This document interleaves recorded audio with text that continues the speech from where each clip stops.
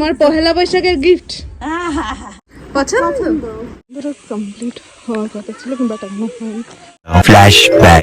Hi guys, কেমন আছো তোমরা সবাই? আশা করছি ভালো আছো, আর আমি অনেক ভালো আছি। চলে এসেছি আবার একটা ইন্টারেস্টিং ব্লগ ভিডিওর সাথে। আর আজকের ব্লগটা আমি এখন থেকে স্টার্ট করছি। আজ হলো শনিবার আর এখন বাজে সকাল 10টা কি 10:30টার মতন বাজে। তো সকালবেলা উঠে স্নান করে রেডি হয়ে ফুল কাটিয়ে আবার মিলে কিন্তু বেরিয়ে পড়েছি। আমরা রাতে এই বাড়িতে ছিলাম, মানে আমার মামার বাড়িতে ছিলাম, এখন যাচ্ছি আমার শ্বশুর বাড়িতে।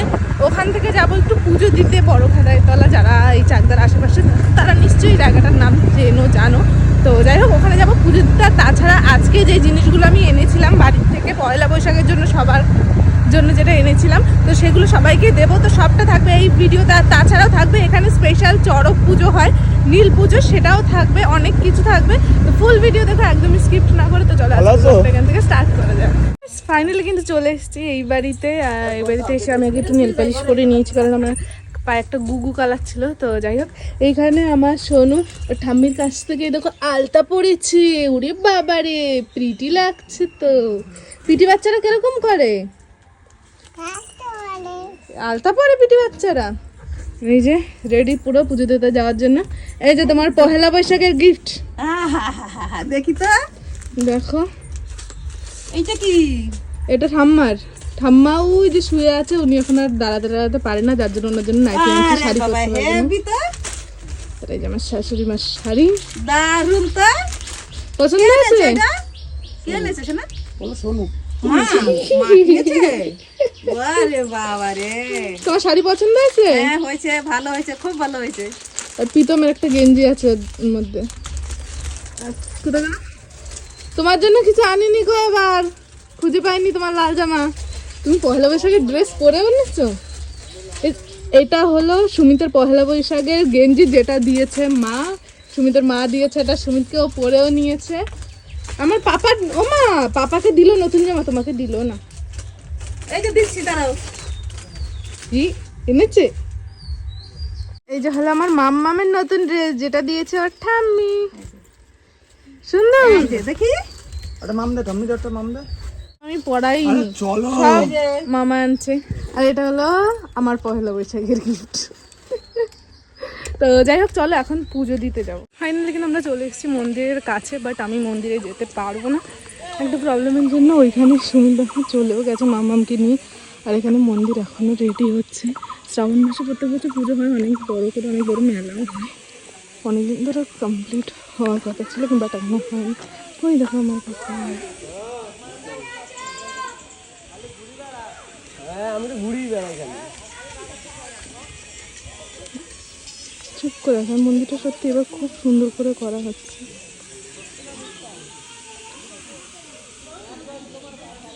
বিষয়টা কি হয়, পুজো দেওয়ার আগে একটু হাত পা ধুয়ে নিতে হয়, যার জন্য ওই যে আমার শাশুড়ি মাম ওরা সবাই যাচ্ছে হাত পা ধুতে। সেইখানে শুরু হয়ে যাবে এত বড় ছিটকেল একটা ছেলে। তো যাই হোক, তারপরে কিন্তু সবাই মিলে ওরা চলে গেল পুজো দেওয়ার জন্য। আর এই মন্দিরে কিন্তু শ্রাবণ মাসে খুব বড় করে পুজো হয়। অবশ্যই এবছর তোমাদের আমি দেখাবো, আগের বছর আসতে পারিনি, কাজে খুব ব্যস্ত ছিলাম। তো এবছর পুরোপুরি চেষ্টা করবো। আর এই মন্দিরটা কিন্তু অনেক বছর ধরে হচ্ছে, এমন না যে এই বছরে গিয়ে এরকম হয়ে গেছে, অনেক বছর ধরে মন্দিরটা হচ্ছে, এখনও কমপ্লিট হয়নি। বাট কমপ্লিট হলে খুব সুন্দর দেখাবে, সেটা তো তোমরা এখনই বুঝতে পেরে গেছো। তো রোজ দিন কিন্তু ভেতরে পুরোহিত থাকে না, তো আজকে যেহেতু ছিল, তার জন্য সুমিত ভাবলো চলো গাড়িটার একটুখানি পুজো দিয়ে নিই, একটু আরতি করিয়ে নিই। সেই হিসেবে গাড়িটার একটু পুজো দেওয়া হচ্ছে। গাড়িটার পুজো দেওয়া হবে অ্যাকচুয়ালি কাল, মানে পহেলা বৈশাখের দিন, যেটা তোমরা অলরেডি আগের ভিডিওতে দেখে নিয়েছো। আর এই ভিডিওটা কিন্তু পহেলা বৈশাখের আগের দিনের ভিডিও। এটা দিতে একটুখানি লেট হয়ে গেছিলো, বিকজ কি বলতো, যখন যেটার টাইম তখন সেটা দিয়ে দেওয়া উচিত, বাট আমি এটা এডিট করতে পারিনি সময় মতো, তার জন্য এটা পরে এসছে। আর অলরেডি কিন্তু চ্যানেলে পহেলা বৈশাখের ভিডিও চলে এসছে, যারা এখনো দেখোনি তাড়াতাড়ি যাও, গিয়ে পহেলা বৈশাখের ভিডিওটা দেখে নাও। তো যাই হোক, আমাদের গাড়িটা কিন্তু আমরা অনেকবার করে পুজো দিচ্ছি না, তোমার অনেক বুদ্ধি না। তো যাই হোক, এখন কিন্তু পুজো দিয়ে চলে এসেছি। এখন যাব ওই বাড়িতে, কারণ সুমিত যাবে মামাকে আনতে। মামা গেছে নীল পুজো করাতে, ওখান থেকে সে নাম কলা খাবো না, প্রসাদ নিয়েছি, আর কিছু নেবো না। আর আমরা যাবো এখন বাড়িতে। ঠাম্মিকে টাটা করে দাও। মুখ দেবে না তুমি? চলো মুখ দেবে আগে। কালকে একটু ঠাম্মাকে নতুন নাইটিটা পরাই দিও। বাড়িতে এসে একটুখানি খাওয়া দাওয়া করে একটু ঘুমও দিয়ে নিয়েছিলাম। ঘুম দিয়ে উঠে আবার রেডি হয়ে কিন্তু বেরিয়ে পড়েছি, যেমনটা তোমাদের বলেছিলাম যে চড়ক মেলায় যাব, তোমাদেরকে একটু দেখাবো। তো তার জন্য ওই দেখো সামনে হনুমান, মনে ওই দেখো ওই দেখো দেখলে তো। এখানে এই যে আমার মাম্মাম, এখানে আমার মামি, এখানে আমার মামা, এই যে হলাম আমি। আর সুমিত গাড়ি নিয়ে অলরেডি আগের দিকে গেছে। আর খেলা মোটামুটি দুপুরের দিক থেকে স্টার্ট হয়ে যায়, অনেক ধরনের খেলা হয়, বাট দেখাতে পারিনি কারণ প্রচুর রোদ ছিল, প্রচুর গরম ছিল। সুমিতকে বলেও ছিলাম, নিয়ে যায়নি। তো যাই হোক, এখন যাচ্ছি, দেখি কি কি দেখানো যায় তোমাদের। তাছাড়াও মেলা তো ঘুরবোই, তো চলো যাওয়া যাক। এই ব্রিজটার কিছু পুরনো কথা তোমাদের সাথে আমি শেয়ার করি। এই ব্রিজটা কিন্তু সবসময় এরকম ছিল না। এই ব্রিজটা কিছু বছর আগেও কিন্তু শুধুমাত্র বাঁশ দিয়ে তৈরি ছিল, হ্যাঁ শুধুমাত্র বাঁশ দিয়ে। আর এই ব্রিজটার উপর দিয়ে যেতে যা আমার ভয় লাগতো না, আমার মনে হয় অন্য কোনো কিছুতে এত ভয় লাগতো না, এই ব্রিজটার উপর দিয়ে যা ভয় লাগতো যেতে। তো যাই হোক, এখন আমরা যাচ্ছি মেটেপাড়া জায়গাটার নাম। আর সেইখানে কিন্তু এখনও এরকমই কাঁচা রাস্তা রয়েছে, যেরকম তোমরা দেখতে পাচ্ছ, ধুলো বালি ভর্তি। আমি সারা বছর কিন্তু এরকমই দেখেছি। তো সেই রাস্তা পেরোই কিন্তু আমরা চলে এসেছি মেলায়, যেখানে মেলাটা হয়, বস্যি গাথা হয়। এখানে দুপুরবেলার থেকে খেলা স্টার্ট হয়, মানে অনেক ধরনের খেলা হয়, কাটার উপরে নাচে, আরও বিভিন্ন ধরনের। ছোটোবেলা আসতাম, আর দেখো এই এখন যেরকম মাম্মাম আমার মামার কাঁধে উঠে বসে আছে না, এইভাবে কিন্তু আমি একটা সময় উঠতাম, আমার দিদি এইভাবে আসতাম, এসে চড়ক মেলা দেখতাম। দুপুর টাইম আসতাম, অনেকক্ষণ থাকতাম।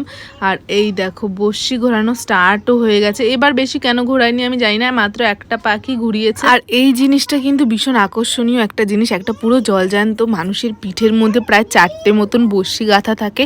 কিভাবে সেই জিনিসটা নেয় ভগবানই জানে, এটা সত্যি ভগবানের আশীর্বাদ না থাকলে হয় না। তো যাই হোক, বস্যি ঘোরানো দেখে কিন্তু আমরা 3জন মিলে আবার একটুখানি বেরিয়ে পড়লাম মেলা ঘোরার জন্য, কারণ আমরা তাড়াতাড়ি করে বাড়িও যাব। আর এই মেলায় কিন্তু মেনলি বাঁশের জিনিস, তারপরে তোমার ঝুড়ি, হাত পাখা, এই সমস্তই বেশি বিক্রি হয়। আর এই মেলার থেকে জানো তো, ছোটোবেলায় আমার মামা আমাদের ছোট্ট হাঁড়ি কড়াই কিনে দিত, মাটির হাঁড়ি কড়াই। হ্যাঁ, এখন আর সেই জিনিসটা পাওয়া যায় না, আমি খুঁজেছিলাম। তো তারপরে খানিকটা মেলা ঘুরে দেখলাম একটু মেহেন্দি। তো অনেক দিন মন পরে মেহেন্দি দেখলাম, আর আমি আমার আবেগটাকে আর কন্ট্রোল করতে পারিনি। তো আমি মেহেন্দি পরতে এখানে বসে গেছি। দাদু এখানে কিন্তু খুব যত্ন সহকারে মেহেন্দি পরা ছিল, সবগুলো গুছিয়ে আমাকে দেখালো যে কোনটা পরবো, আমি একটা চয়েস করে দিলাম। আর এখানে কিন্তু মেহেন্দি পরতে আমার খুবই ভালো লাগে, কিন্তু একটা বিষয় কি, এটা না তাড়াতাড়ি উঠে যায়, এটাই প্রবলেম। এছাড়া কিন্তু এই মেহেন্দিগুলো খুব সুন্দর। আর ছোটোবেলা থেকে আমি আর আমার দিদি যখনই মেলায় যেতাম না, কখনো এই মেহেন্দিগুলো মিস করতাম না, একবারও না। খুব ভালো লাগে আমার এই মেহেন্দিগুলো পরতে। আর আমি সেই দিনকেরও পরেছিলাম, পুরো হাতটা ভর্তি করে, শুধু এক পাশে না, আমি কিন্তু দুপাশেই পরেছিলাম।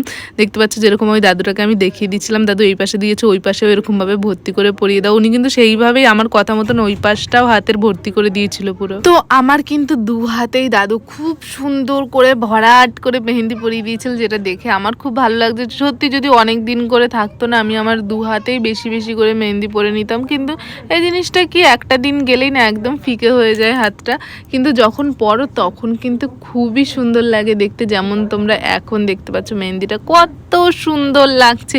আর যেটা একটুকুনি ফাঁকা জায়গা ছিল না, সেই জায়গায়ও দাদু ছোট্ট ভরাট করে দিয়েছে। আর দেখো আমার হাতটা কত সুন্দর লাগছে। আমার না সত্যি পার্সোনাল বলতে আমার মেহেন্দি পরতে খুব ভালো লাগে, কিন্তু এখন আর মাম্মাম হওয়ার পরে তেমন একটা মেহেন্দি পরা হয় না।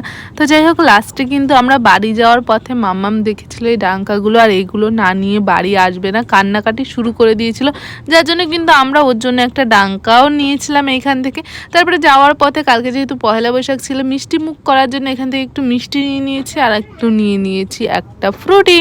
যেমন বলেছিলাম শাশুড়ি মাকে কী দিয়েছে সেটা তো তোমাদের দেখিয়েছি, বাট আমার দিদাকে মামিকে কী দিয়েছে সেটা আর দেখানো হয়নি। আরে মামির শাড়ির প্যাকেটের মধ্যেই রয়ে গেছে খুলে। তো চলো ওনাদের দুজনকে দিয়ে নিই। এটা হলো আমার দিদার লাল পাড়ের সাদার মধ্যে একটু ডিজাইন করা। ওদি, এই যে তোমার পহেলা বৈশাখের শাড়ি নাও, পছন্দ? শুয়ে পড়ে পছন্দ হয়েছে? মুখের মধ্যে পান ভরে রাখছে, কথা বলতে পারে না। পছন্দ? যাই হোক, পছন্দ হয়েছে।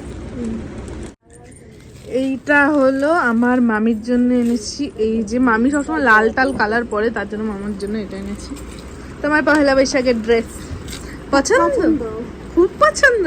আর মামার জন্য একটা গেঞ্জি এনেছি, যেটা এখন আলমারিতে ভরা রয়েছে বলে আমি আর দেখালাম না। এদের দুজনের জন্য এটা এনেছি। আর আমার দাদুর জন্য এবার কিচ্ছু আনতে পারিনি, কারণ ওই যে হট করে গাড়িটাকে না এমন সময় পড়ে গেল, তার জন্য সবার জন্য আর গুছিয়ে উঠতে পারিনি। আর সত্যি কথা বলতে সব আমি দিইনি, এই মা দিদিকে আর মামিকে দিদি বড়দি কিনে পাঠিয়েছে, আর শ্বশুরবাড়ির সবাইকে আমি দিচ্ছি, আর আমার শ্বশুরবাড়ির থেকে দিয়েছে। চলো দাঁড়াও কি দেখাচ্ছি। এই দেখো, এইটা হলো আমার মাম্মামের জন্য, যেটা আমার মাম্মামের ঠাম্মি বাড়ির থেকে দিয়েছে, মানে আমার শ্বশুর বাড়ির থেকে দিয়েছে এটা মাম্মামকে, এই ড্রেসটা। আর এই যে এই নাইটিটা আমাকে দিয়েছে ওই বাড়ির থেকে। আর আরেকটা জিনিস, এই যে এই একটা ড্রেস যেটা আমি কালকে পরবো, এটাও আমি এখান থেকেই পেয়েছি চাকদার থেকে। তো এই পর্যন্তই হয়েছে আমাদের পয়লা বৈশাখের জিনিসপত্র আর কি।